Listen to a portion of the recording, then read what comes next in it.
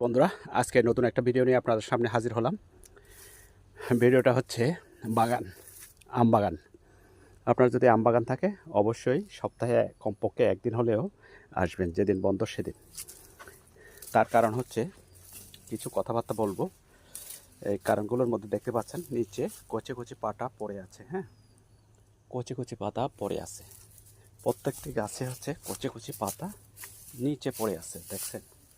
এই যে এই কচি কচি পাতাগুলো হচ্ছে আম গাছের একমাত্র বেড়ে ওঠা, ফল ধরা, মানে যাকে বলে আহ, শক্তির জন্য হচ্ছে এই আম পাতাগুলো খুবই জরুরি রাখা এবং থাকা।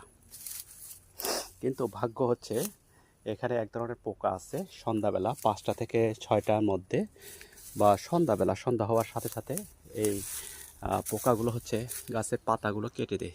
এখন জুম করে দেখার চেষ্টা করি। এই যে পাতাগুলো